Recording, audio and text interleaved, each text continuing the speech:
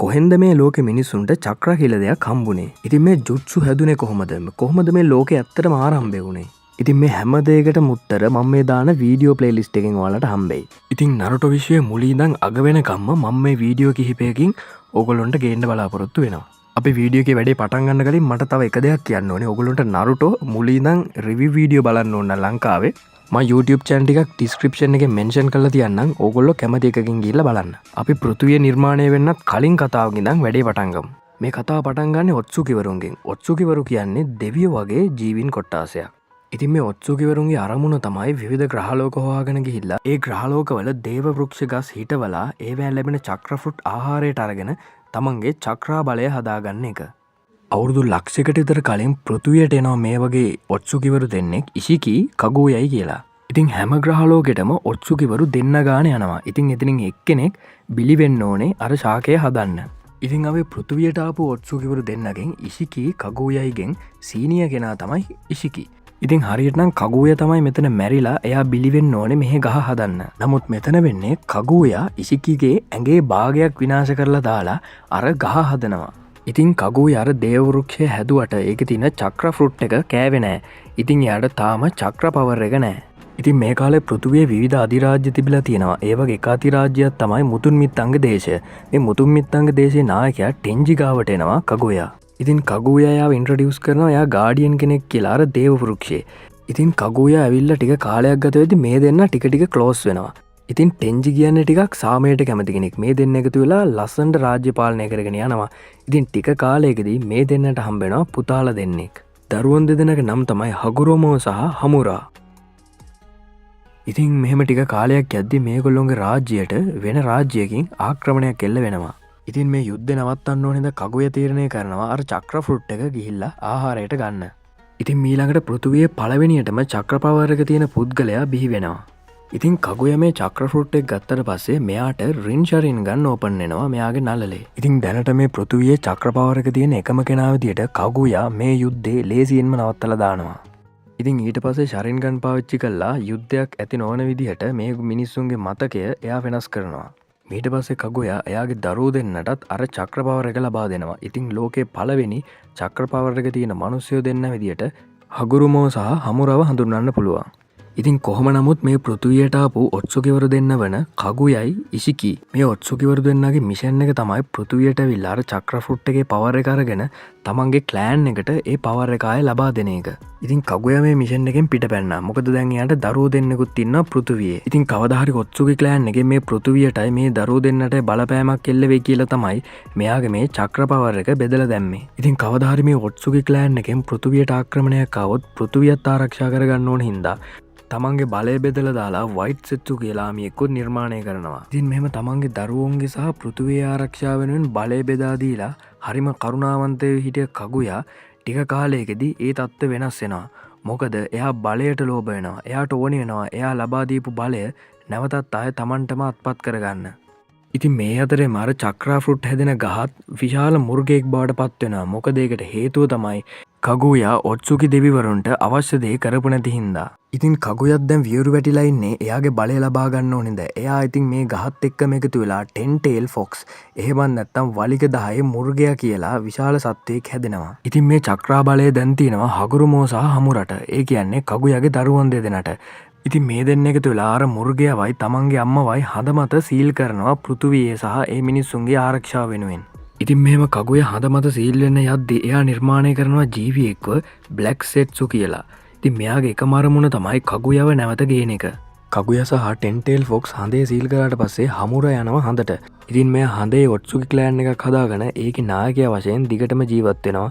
අර 10 tail foxවත් බලාගෙන සහ අම්මවත් බලාගෙන. ඊට පස්සේ හගුරුමෝ තීරණය කරනවා පෘථිවියට වෙලා ජීවත් වෙන්න සහ පෘථිවිවාසීන්ට චක්‍ර බෙදා දෙන්න. ඉතින් එයා නිර්මාණය කරනවා ආගමක් නින්ෂු කියලා. ඒක පතුරවන ගමන් තමයි එයා ජීවත් වෙන්නේ. ඉතින් මෙයාට හම්බෙනවා පුතාලා දෙන්නෙක්. මේ දෙන්නගේ නම තමයි අසුර සහ ඉන්ද්‍රා. මේ ඉන්ද්‍රායි අසුරයි කියන්නේ එකිනෙකට සම්පූර්ණයෙන්ම වෙනස් මත තියෙන දෙන්නෙක්.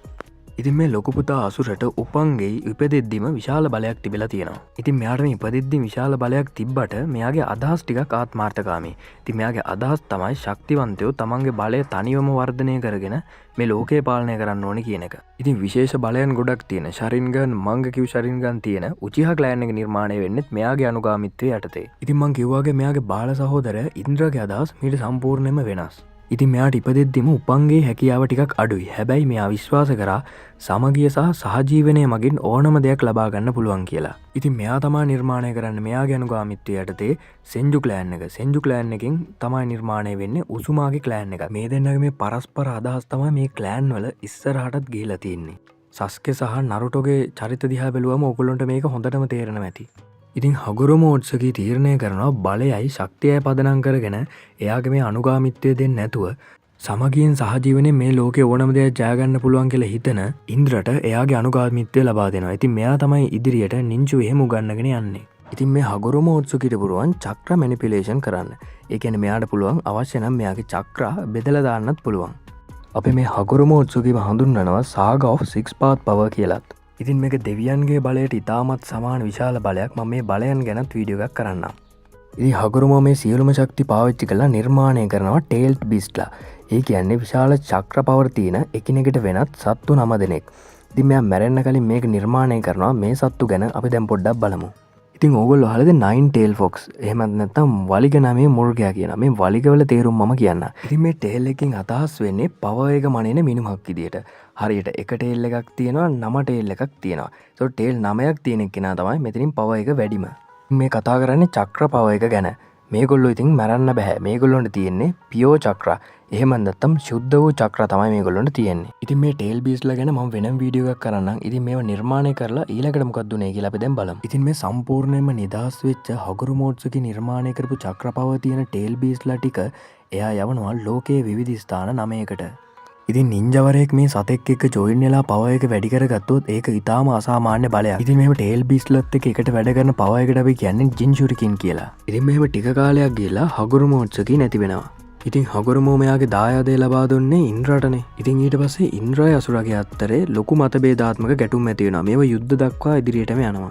අසුර හැම වෙලේම හිතන්නේ එයාට තමයි බලය වැඩිම. ඒ හින්දා මෙයාට තමයි මේ දායාදේ හම්බෙන්න ඕනි කියලා. ඉතින් මේ අසුර නිර්මාණය කරපු උචිහා ක්ලෑන් එකේ ඉන්ද්‍රා නිර්මාණය කරපු සෙන්ජු සහ උසුමගේ ක්ලෑන් වලයි අර දිගින් දිගටම ඉස්සරහට යන විශාල මතගැටුම් සහ යුද්ධ ආරම්භ වෙන්නේ මෙන්න මේ දෙන්නගෙන්.